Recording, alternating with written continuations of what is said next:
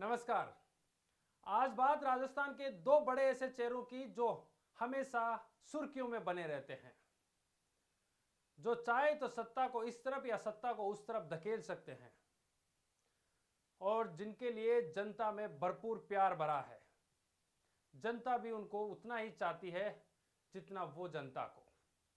हमेशा जनता के बीच में बने रहने वाले दो ऐसे बड़े चेहरे, दोनों ही पार्टियों के, कांग्रेस और भाजपा के, उन्हीं के बारे में बातचीत करेंगे। तो पहला नाम वसुंधरा राजे और दूसरा नाम सचिन पायलट। लेकिन दोनों ही लोगों को, दोनों ही नेताओं को पार्टियों ने दरकिनार कर रखा है। कहा जाए तो उनसे दूरी बनाए हुए हैं, कहा जाए तो उनकी सुनवाई नहीं हो रही है पार्टियों में। सचिन पायलट की माने तो सचिन पायलट जब से मानेसर गए थे तब से लेकर आज तक आला कमान ने किसी तरीके की सुनवाई नहीं की है और सचिन पायलट कहते कहते थक गए हैं कि कार्रवाई हो, कार्रवाई हो, कार्रवाई हो, लेकिन ना आला कमान सुनता है और ना संगठन उनकी सुन रहा है। 25 सितंबर की इतनी बड़ी घटना हो गई जिसमें आला कमान ने अनुशासनहीनता माना, लेकिन फिर भी उनके ऊपर कार्रवाई नहीं, जिसके ऊपर भी मांग की सचिन पायलट ने, लेकिन उसके बाद भी कोई कार्रवाई नहीं। सचिन पायलट हमेशा अपनी ही सरकार को, राजस्थान में कांग्रेस की सरकार है, उसको ही घेरते हुए नजर आ रहे हैं। अशोक गहलोत और सचिन पायलट में 36 का आंकड़ा बरकरार है और चुनाव सिर माथे पर है।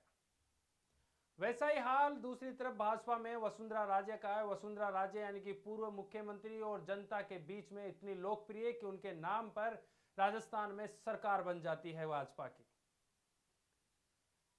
पिछली बार देखा जाए तो एक नारा जरूर चला कि वसुंधरा तेरी खैर नहीं, मोदी तुझसे बैर नहीं, और उसके चलते राजस्थान में भाजपा को सत्ता गंवानी पड़ी। लेकिन एक बार फिर वसुंधरा राजे की मांग राजस्थान की जनता के बीच में उठ रही है।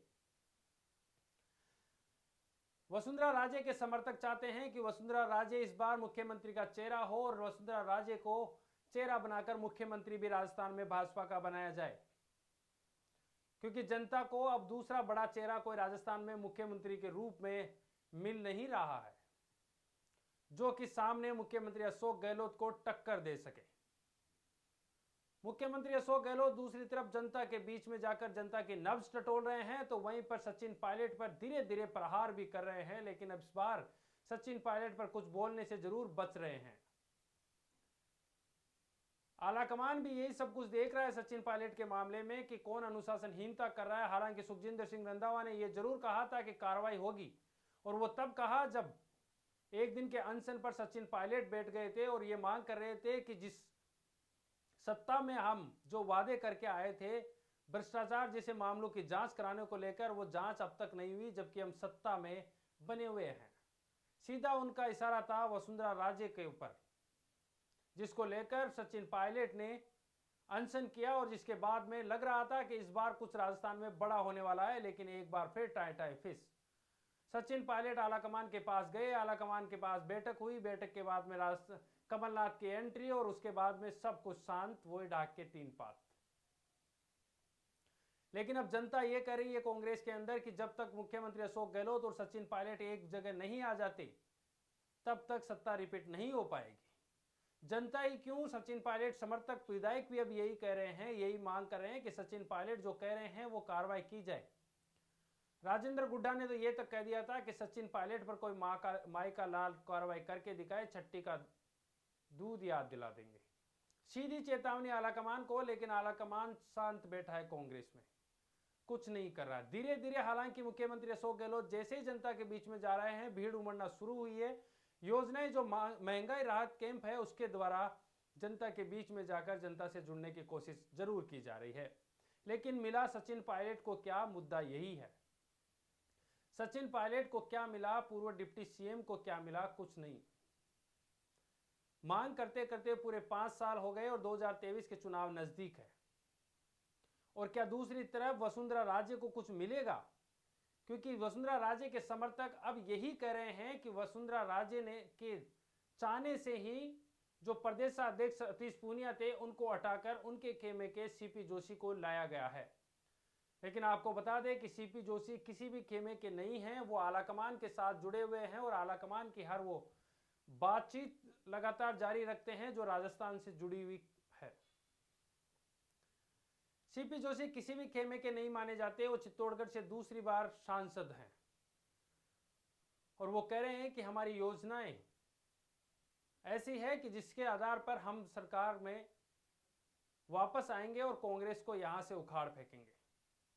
वसुंधरा राजे ने तमाम बदलाव देखे राजस्थान के अंदर, चाहे प्रदेशाध्यक्ष हो, नेता प्रतिपक्ष हो, उपनेता प्रतिपक्ष हो, तमाम जो बदलाव है राजस्थान में हुए। लेकिन वसुंधरा राजे को अब क्या मिलना है ये अभी आलाकमान भाजपा के को तय करना है और भाजपा को तय करना है, क्योंकि समर्थकों ने तो मांग उठाई है कि वसुंधरा राजे को मुख्यमंत्री का चेहरा बनाया जाए और मुख्यमंत्री वसुंधरा राजे ही एक बार फिर बने।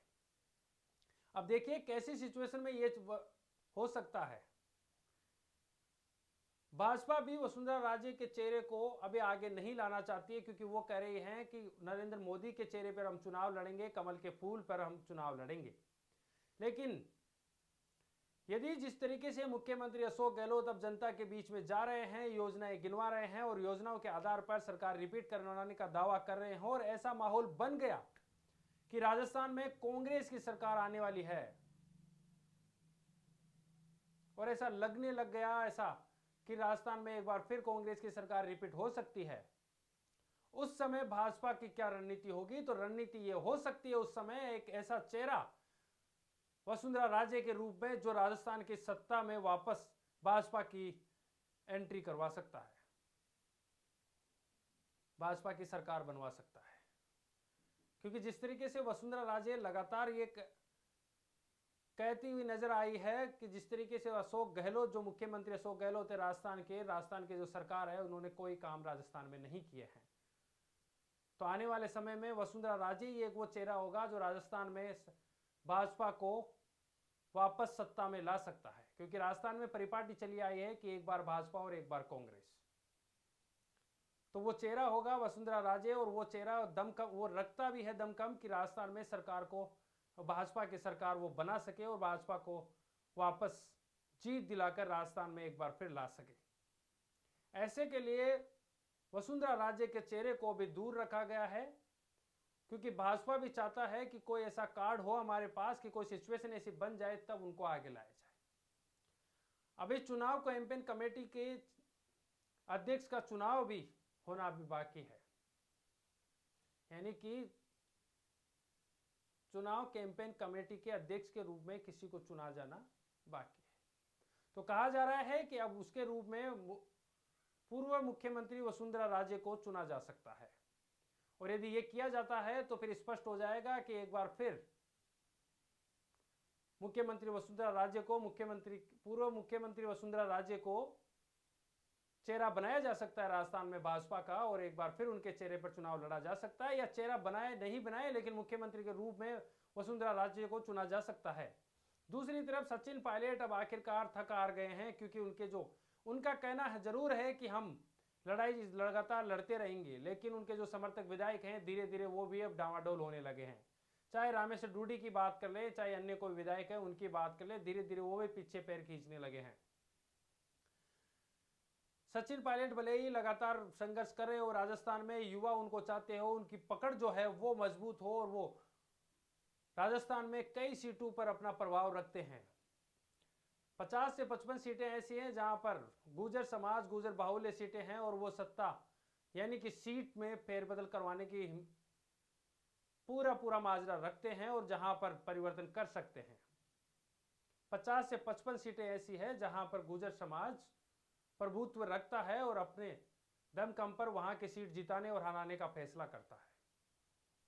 तो क्या वो पूरा समाज सचिन पायलट के साथ एक बार फिर हो जाएगा, और क्या सचिन पायलट जिधर होंगे उधर जा पाएंगे? और सचिन पायलट के पास अब ये मुसीबत है, चाहे सचिन पायलट हो चाहे वसुंधरा राजे, दोनों ही के पास एक बड़ी समस्या ये है कि ना तो निगलते बन रहा है ना उगलते बन रहा है। मतलब साफ है कि ना तो कांग्रेस पार्टी और भाजपा उनको निकाल सकती है और ना वो छोड़कर जा सकते हैं। सचिन पायलट खुद जाएंगे तो उनको नुकसान होगा, पार्टी निकालेगी तो पार्टी को नुकसान होगा। वैसा ही भाजपा के अंदर है। कांग्रेस में तो कहा यह भी जा रहा है कि सचिन पायलट के नजदीकियों ने कोई पार्टी रजिस्टर भी करवाई है, वैसे भी उन्होंने नहीं करवाई है, तो बहुत सी ऐसी इस बार नई पार्टियां भी रजिस्टर हुई है राजस्थान में। तो दोनों ही पार्टियों में वसुंधरा राजे और सचिन पायलट को लेकर गहमागहमी जारी है। पार्टियों ने उनको दूर कर रखा है और वो दोनों ही बड़े नेता जो कि संघर्ष कर रहे हैं और बड़े जनाधार वाले नेता हैं।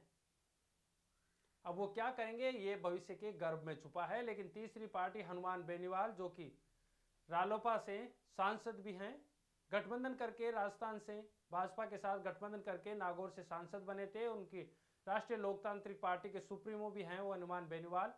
वो लगातार संघर्ष की लड़ाई लड़ रहे हैं और अपनी बात इस बार रख रहे हैं।